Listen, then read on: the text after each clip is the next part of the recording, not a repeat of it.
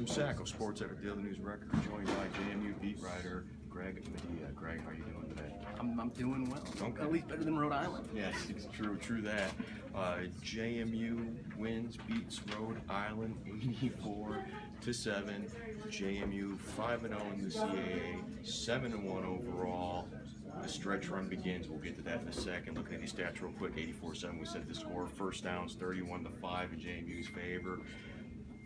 628 yards to 109 yards. My favorite stat of the day. Rhode Island just killing JMU in punt yard. It's 350 punt yards and JMU's 147. But get serious here. Khalid Abdullah, 18 carries, 100 yards, one score. Is now fourth all-time in program rushing yards. He's been pretty much as good as it gets all season long. When you look at what James Madison does, it's run the ball efficiently first and foremost. And when you see Abdullah, he's basically in the top 10 or top 5 rather in every major rushing category nationally. I mean, that's rushing yards, yards per game, rushing touchdowns, yards per carry. So that's every major deal.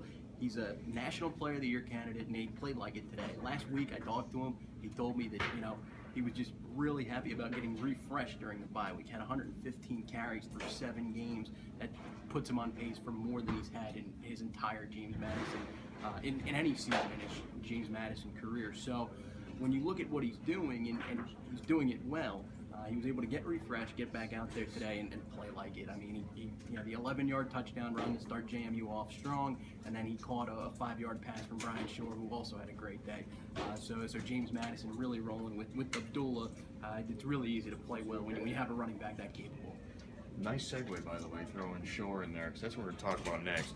Goodness gracious, this kid is really kind of. We knew he can run the ball. 21 for 22 today, passing 309 yards, 5 touchdowns, a long of 58, no picks. He did it with his arm today. Yeah, he set a school record for completion percentage in a single game, 5 touchdowns, also tying a school record.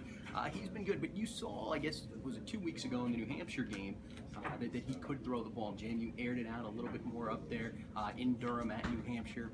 He threw 4 touchdowns in that one, 2 to Terrence Alls, 2 to Brandon Ravenel, followed it up with 5 today. So you're starting to see that James Madison's offense can do more than just run the ball. Yeah, it's nice to run the ball for over 300 yards a game like they do, but it's also nice to have the threat of a passing game to kind of open up everything else. So I think what James Madison has there is very capable players in different positions with Shore and with Abdullah, of course. And Shore's ability to run and pass is what makes the offense so dynamic. Of course, Abdullah is going to be steady with the run game, but Shore's ability to run and pass makes the offense almost impossible to stop. And today, Rhode Island just had no chance. They didn't have a clue how to stop James Madison. No, it wasn't a pretty game for him. They only got the Jordan Vazano once.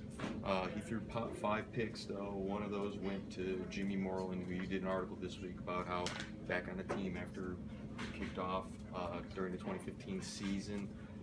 Here he is, makes an impact.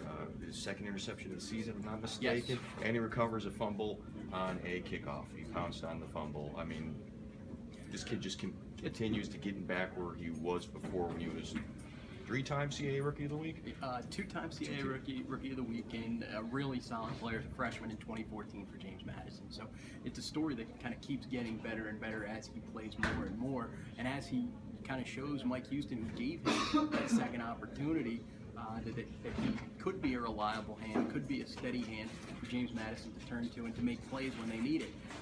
The story is one of a guy taking advantage of that opportunity that he got, and he's making Coach Houston kind of look smart for giving him that opportunity. It also helps that he's not on scholarship, no risk involved, and it's paying off. But he's really trying to earn that scholarship back. Yeah.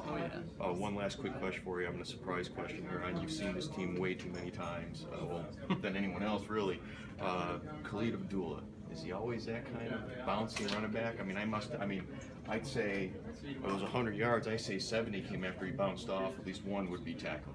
Oh yeah, I mean he's so good because he's dynamic in different ways. He has the power to run over somebody. He's got the speed to run past somebody, and he's got those juke moves. And then you saw the stop on a dime type juke moves that leaves no defender with any chance of slowing them down. So I think Abdullah is just pretty much as good as it gets at this point in the season.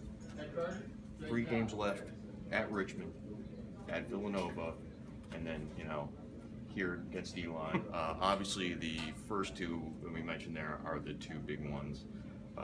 What do you foresee in this future for this team? Definitely going to be tougher than the task they had today. No, I think if you look at the Richmond game, that's one that James Madison not only wants to win for kind of the rivalry aspect and the fact that Richmond beat them last year, but if you beat Richmond, all of a sudden you're still controlling your own destiny in the CAA, and you basically have a chance to win the league outright if you can beat Richmond and then do the same thing at Villanova in 2 weeks up in Philadelphia. So that's what you have to look at it as. Today they were able to get a win. Stony Brook lost, so that puts JMU in sole possession of first place in the CAA, which means it's theirs for the taking. And if you go on and you win the CAA, odds are you're putting yourself in really good position for a good seed for the FCS playoffs.